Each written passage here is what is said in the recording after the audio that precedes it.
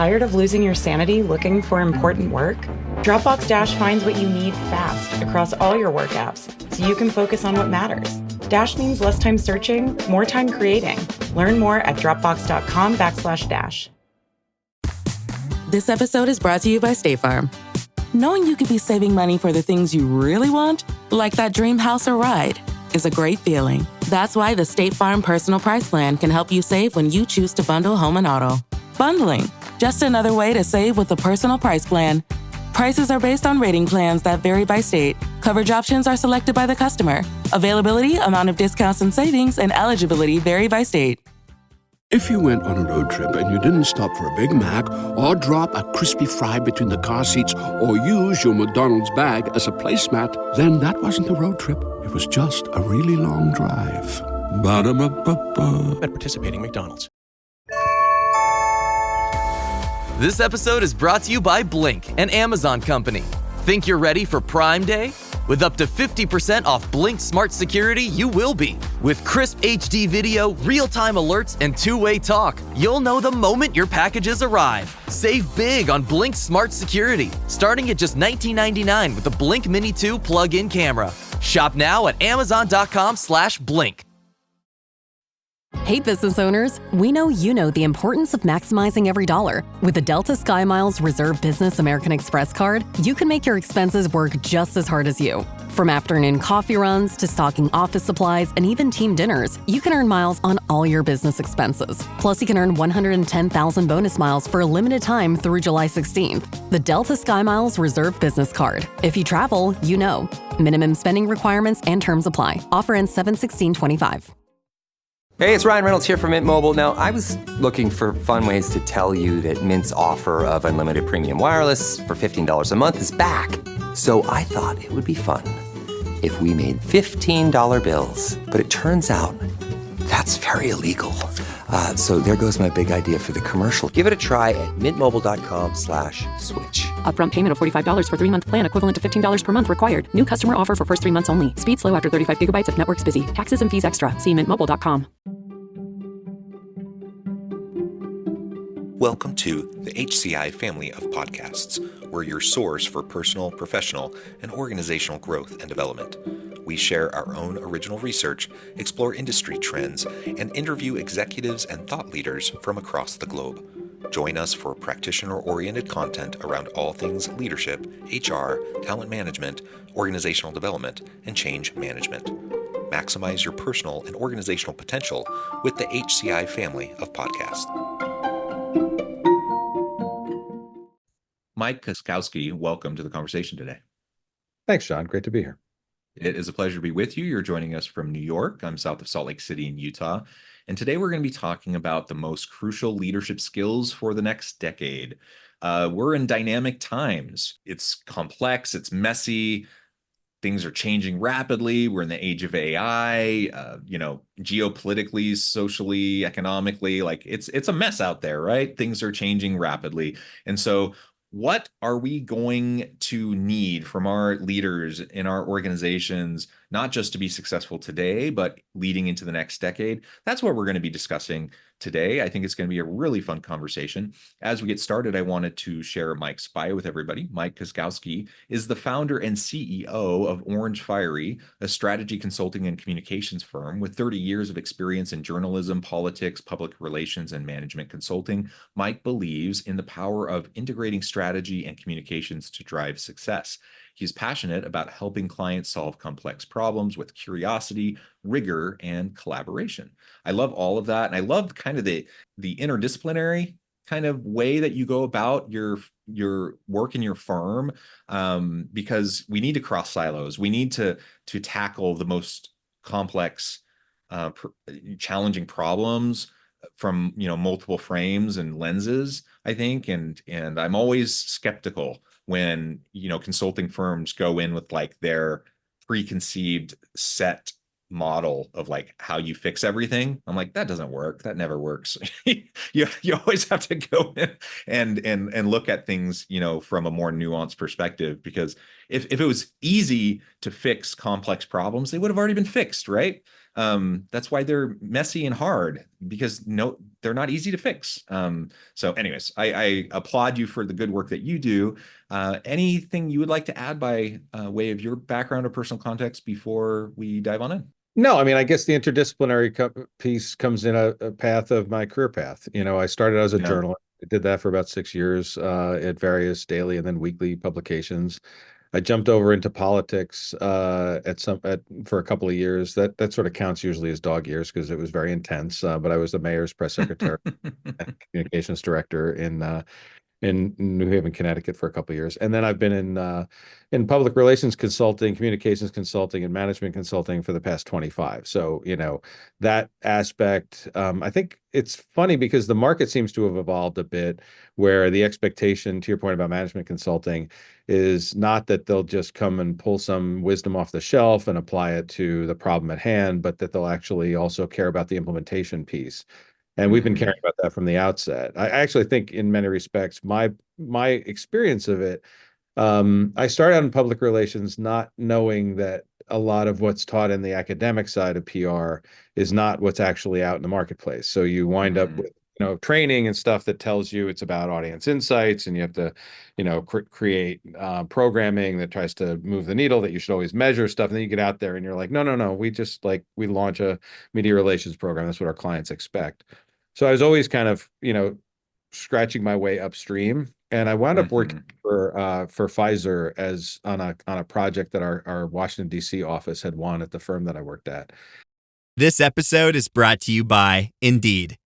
When your computer breaks, you don't wait for it to magically start working again. You fix the problem. So why wait to hire the people your company desperately needs? Use Indeed's sponsored jobs to hire top talent fast. And even better, you only pay for results.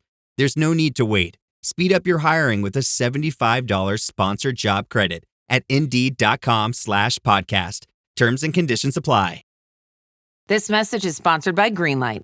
With school out, summer is the perfect time to teach our kids real-world money skills they'll use forever. Greenlight is a debit card and the #1 family finance and safety app used by millions of families, helping kids learn how to save, invest, and spend wisely. Parents can send their kids money and track their spending and saving, while kids build money confidence and skills in fun ways. Start your risk-free Greenlight trial today at greenlight.com/Spotify. That's greenlight.com/Spotify.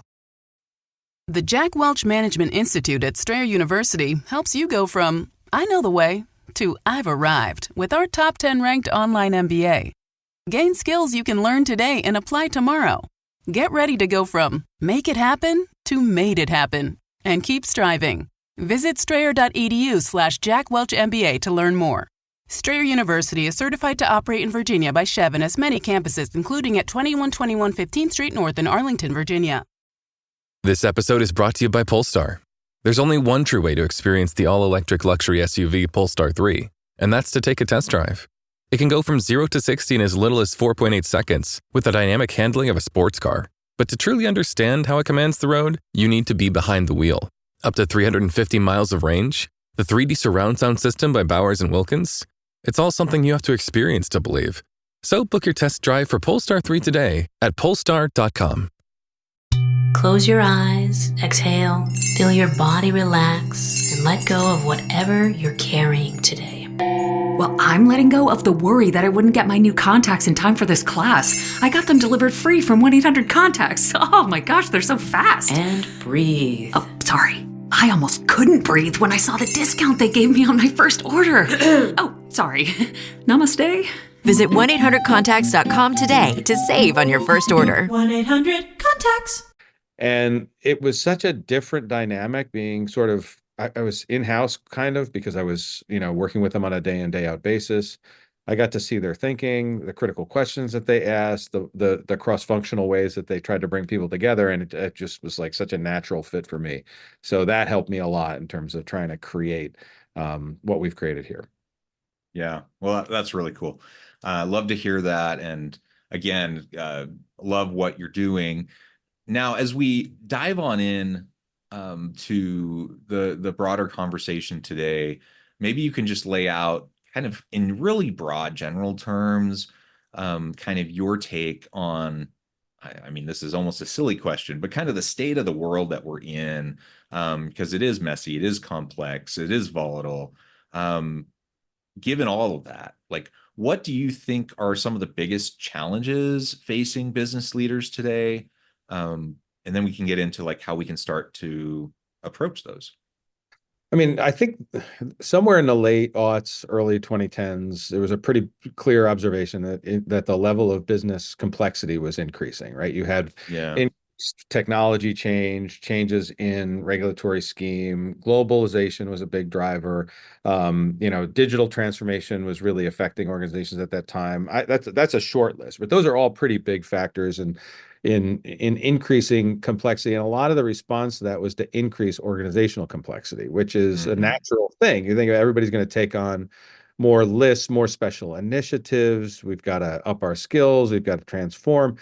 And change is hard for humans. It generally is. The old wisdom from John Kotter is most change initiatives fail, and they usually fail for reasons of vision and communication. I mean, it is kind of in this wheelhouse. That was all before a pandemic. That was all before, kind of what we're seeing today. And if you look, I think, looking across the big surveys in our space at studies done by PwC, Ernst and Young, and Deloitte, you'll see 65% of CEOs say they're concerned that geopolitical instability will disrupt their business strategy. 45% say their business will not be viable in 10 years if they don't reinvent it. And 60% are accelerating whatever business transformation efforts they have. Out of the other 40%, 39% say they're maintaining the business transformations that are underway. So it does seem like there's a lot on everybody's plates. That change is the new normal in many respects. And as they're grappling with all this complexity, the question really becomes, how do you gain clarity in the midst of all this so that you can actually tell people with clarity, what are you supposed to do in this moment? How do you manage this? How do you give feedback? Everything that we know says that when you have something from a strategic standpoint kind of locked and loaded, you're going to learn tons from what it means when you actually implement it. It's going to take on a different character. It's going to look differently. People are going to have different experiences with it. You're going to have to adapt and adjust. And so, I think that's something that organizations are dealing with both internally and externally. How do you develop, the platforms and the engagement strategies to, make sure you're talking to the right people and, talking to customers in the right way, all that stuff that drives your business. But then internally, how do you make sense of the transformation for people, give them clarity on what they're supposed to do, what good looks like, all of that. Yeah. I mean, and that's a lot, right? It is a lot. That's a lot for any leader, to be juggling, in addition to just like all of the basic operational stuff that they have to do just to like keep the doors open and keep their teams running, and just all the things that you just have to do each and every day just to run your business and to run your teams, right? It's hard and it's different, right? That's the piece that if you think about how we tend to think about organizations historically, it's more built, they were built for industrial age. There's the assembly line mentality. You're creating products, not services, and it's sort of production based. The focus of decision making is hierarchical, top down. Like, here's what we need to do, and you go out, and most organizations have been built on some sort of a industrial militaristic model because that's the model that they've had historically. The scarce resource in an industrial age is capital, right? Now it's talent. The decision making process historically being top down, now it's collaborative. The interaction costs of an industrial age, you want to minimize those. You're not trying to interact with a lot. You want to get it as efficient and productive as possible.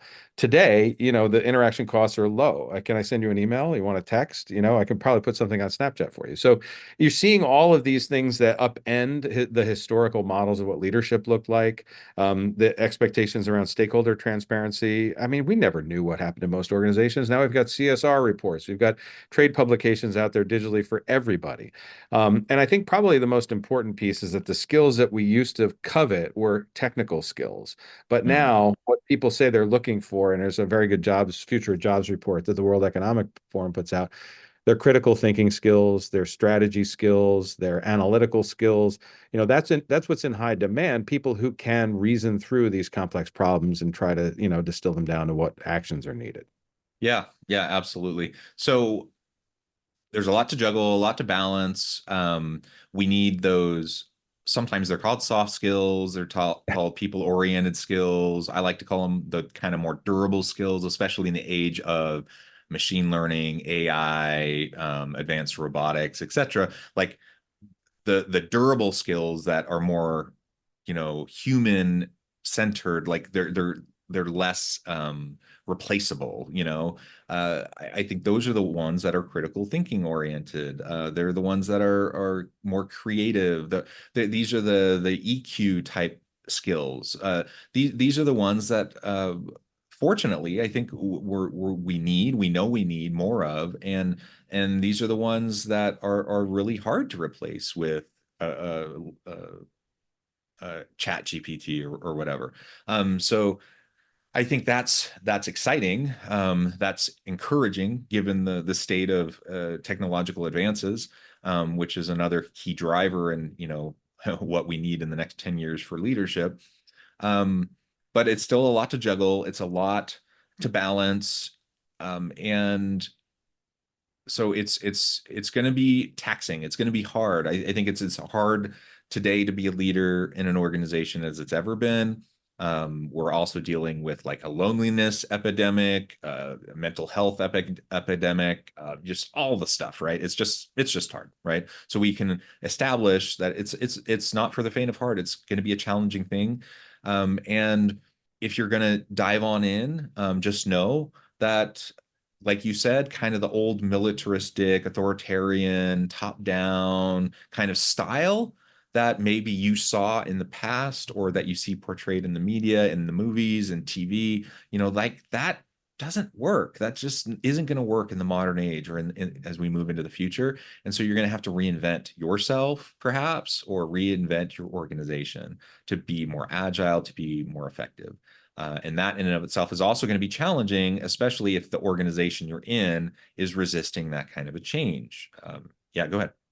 No, you're hitting on two key things. You yourself may have to change, and your organization may have to change. And the likelihood is it's both, and probably in similar ways. So individual leaders, you're right. We were supposed to get the stone tablets from on high. Here's what you do, and everybody then go do them. Honestly, leadership, it's very clear, is taking on a different type of modality. Yeah, I think, you need conviction. That's one of the things that I've realized over the years is you can't get away from having, a real sense of why you're here, your purpose, your mission, that sort of thing. That's non-negotiable, right? But the how of that mission is, and how it gets implemented is actually very much up to negotiating, because nobody knows how to do it in this age. And by the way, if you figured out how to do it, wait 5 minutes, because the rules will have changed in some respects, and you'll have to learn new skills and the rest of it. We value skills around curiosity and rigor and problem solving, and really trying to cultivate those pieces of things, because those are continuous things. And I don't think that's a mountain you ever get to the top of. I think it's something that you continue the climb throughout your life. If you're passionate about those things, it'll serve you really well individually. How you cultivate that more broadly as an organization requires a lot of discipline. I mean, we are programmed to believe that we have the right answer, instead of thinking that the answer itself is kind of fungible, very much subjective. It depends, and you need a lot of, a more experimental model. We have a hypothesis. We've gathered all the data about the hypothesis. We feel really strongly like this is the right thing to do. Now we go out and we try the thing. Is it yielding the results that we want? We can closely monitor it. It goes up, it goes down. We think we're on the right trajectory. Oh, wait, something has to change. That's the nature of things today, because there isn't, there's so much complexity. They're very much crowded marketplaces. Even innovation itself, you would think everyone's going to just jump on board, but it's often subject to people really understanding the new technology, being able to use it. How well is it applied to your, a consumer experience and the rest of it?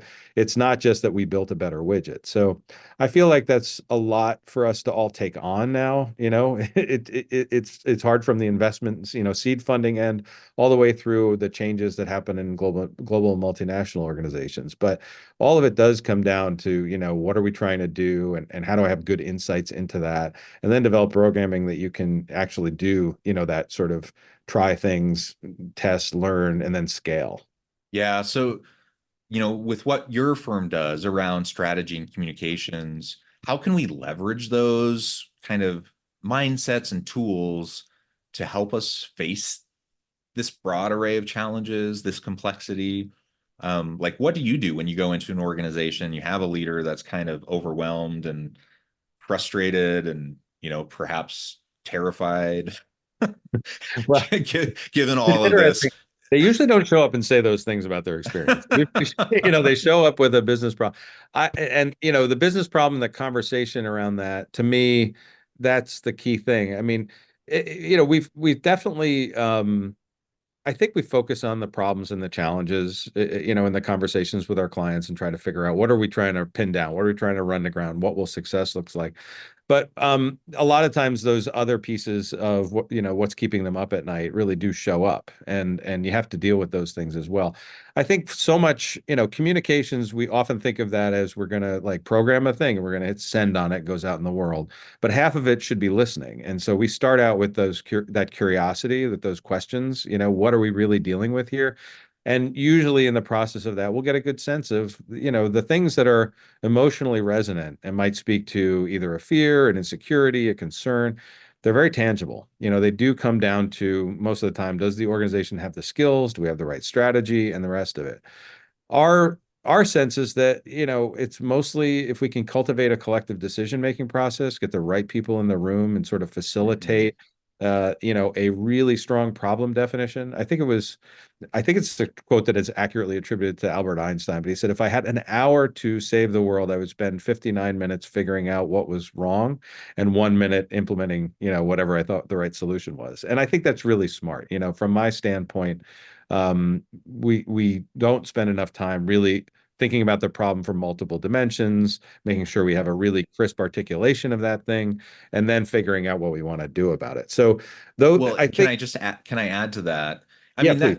that comes back to kind of the interdisciplinary approach and kind of a systems, like a holistic approach to understanding complex problems that I think sometimes gets lost. Like, people don't always approach it that way. So when you don't take that kind of an approach, often what you end up doing is playing whack-a-mole with the problem, right? Mhm. So you're not really understanding the deep-rooted problem or the deep-rooted issue. You're just looking at the symptoms and you end up playing whack-a-mole. So you end up trying to respond to one symptom, you do something to intervene, you kind of fix that symptom, and it just pops up somewhere else. And so I completely agree. Like, trying to really take the time to truly understand the complexity, the nuance, the interconnected issues around the problem at hand, that takes a lot of time. It takes more patience. It takes some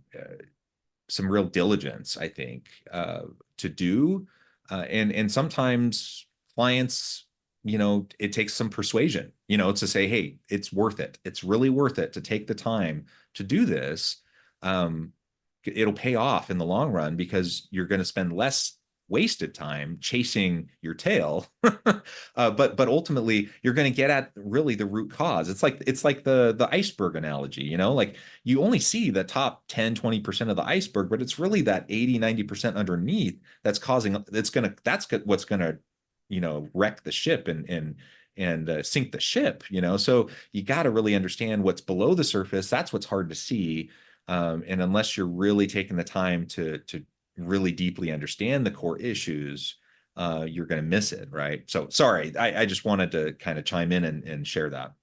No, but that's good. I mean, first of all, it's a great observation. Secondly, it's the job of a good facilitator to really get at that, what's underneath the surface business. I mean, if you hire us or frankly any firm to try to work on a strategy problem or work on a, particular market problem that you may have or something about the positioning of your brand or something like that, there's lots of different approaches to it, but I think you have to be able to step back and say, did we really get at it? Did we really talk about the Yeah. real issue? That's where I think there's value in having an objective third party out there instead of trying to be the boss and trying to facilitate all those conversations. It limits your effectiveness. If you're a leader and you're trying to solve all this and the rest of it, ultimately it's very hard to gather everybody around the table, say, here's what our goal is, and also be the decider on all of the issues that come up in the course of the conversation. That's just too much to juggle, I think. So you need a partner who's really going to listen and help your team, kind of deal with the right questions. I think over the years, I mean, look, I'm anybody who's worked with me would tell you, I definitely have an ego, but I've learned over the years that it's not particularly helpful, and you just have to sublimate that and really try to. Your job is to be in service of the conversation and service of the problem, and just keep asking. Because it's really not about you. It's very much about that team, and hopefully that team has the right insights. You can deal with things if people aren't really contributing or focused or performing, you can have those conversations. But for the most part, people are well intentioned. They're dealing with what you said earlier, way too much complexity, a lot of things that weren't necessarily what they signed on for or thought they'd be dealing with. And they need, a little help in sort of navigating their way through it. Yeah, yeah, absolutely. So to have a more strategic mindset, to really be committed to more open, transparent communication, all of that's going to be really, really important. What are some of the other types of, these soft, durable, crucial leadership skills that you see as being vital moving into the next decade? Well, so I mentioned the piece about conviction, and that's a critical. Yeah. But then once you have that, you've got to be in a place where you can bring empathy to people, and I think, frankly, empathy to strategy at the end of the day. Really take that outside in view, or understand, embrace that outside in view, even if it tells you things you don't necessarily want to hear.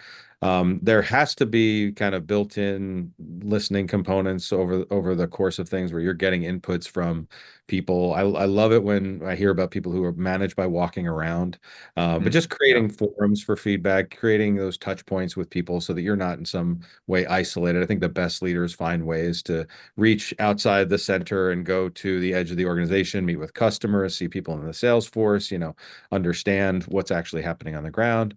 I think there's a critical part about flexibility and vulnerability that you have to embrace. Vulnerability isn't weakness, by the way. It's actually just the ability to sort of put yourself out there and again deal with empathy as an important leadership priority, and then do with that what you will. And I think some of the things that are needed right now, a sense of self-awareness, those are hard to come by too. I think if there are critical danger spots that people are probably not prioritizing enough, or maybe they are, it's just they may be thinking about it much more broadly. It's this tendency toward misinformation and disinformation, because, look, you're going to have to communicate, continuously about things that you're trying to do as a leader. Once you're tired of talking about it, typically people are just starting to hear you. And, being on the lookout for ways in which that's getting distorted or played back to you. And it's that old game of telephone, and it's changed somewhere along the way, and it's no longer what you intended to put out there. Those sort of, practices are really, really important. That's something I see all the time too. And I get it. I get, senior executives who are in the meetings where things are discussed all the time. In their mind, they're talking about these issues all the time, and they're sick of talking about it. They think it's been discussed ad nauseum. They think it should be crystal clear to everyone, that everyone should understand. The problem is, just because they discuss it in meetings all the time doesn't mean it's trickling down the vine to everyone else at the same frequency, right? It doesn't always get to the end of the row. And like you said, even if they are discussing it all the time, and even if it is getting disseminated all the time, people aren't always listening all the time, or they're not understanding all the time. And it takes a lot of communication until people are really paying attention, really understanding. And so I see so often leaders just getting so frustrated because they feel like they've communicated or over communicated even. And then the line workers don't get it, or they don't understand, or they start filling in the gaps of where they they don't feel like the communication's coming, and so they start making stuff up or gossiping or whatever, right? And the leader's thinking, no, like, I told them, I sent an email 3 months ago that explained this very thing. I'm like, dude, that's not enough. And to us, we chuckle about that and we laugh, but I think leaders fall into that trap all the time, and it's not because they're nefarious. It's not like they're trying to like sit behind closed doors in a smoke-filled room thinking about how to like hide everything from their employees, but they don't realize, how extra, they need to go in terms of trying to over communicate. Well, look, I mean, communication is a very messy process. Yeah. It's linear, and we use narratives a lot to try to, create this clearer sense of, problem, solution, where we're all headed, what you can do to support it. That works in a narrative a lot more easily than it works in bullet points on a 3x5 card. I think what we don't necessarily understand in talent and within organizations is people are hardwired to around narratives, but also to do something called sense making. So sense making Yeah. is a very human activity. There's a lot of research on this. I think it's a fascinating area. And here's what it is basically. Your sense making is I have a story that explains the world around me. I have a mental model of how things work together or don't. And then I gather data about what I'm seeing. I take the communication I just got from my boss at 9 a.m. Monday email, and I run it through that filter of sense making. And I might change my mental model. I might, like things may evolve. I might see that thing as an input that is completely consistent with what's been said before. I might see it as dissonant. It might break up my sense making. I might reshape my worldview based on this. I think we need to recognize that people are doing that. We're not sort of AI or automatons that are like, thank you for the input, and now I will go and do that thing. We're always assessing our mental models about what's happening around us. And if you can design communications that recognizes that that's happening, might require you to over communicate, require more transparency than you're comfortable with or what would have thought was needed historically.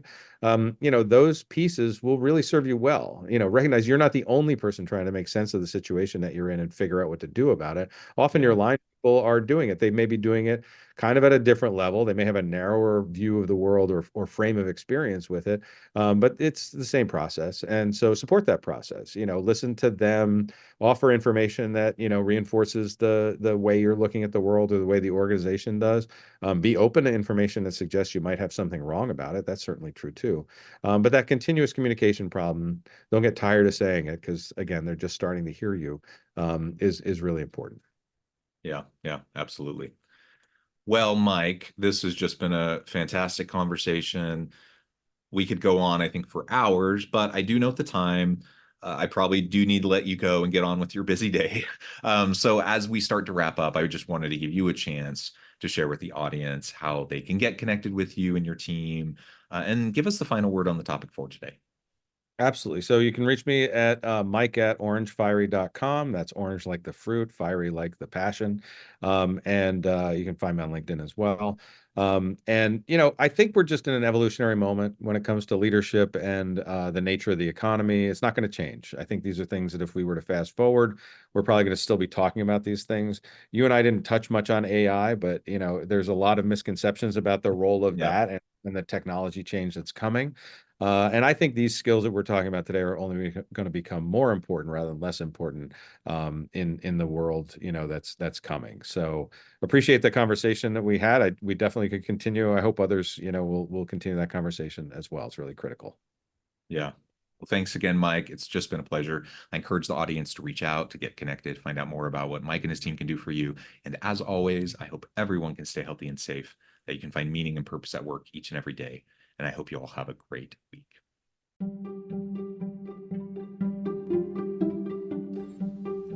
Thanks for joining us for this episode of the podcast. We hope you stay healthy and safe, and please join us again soon.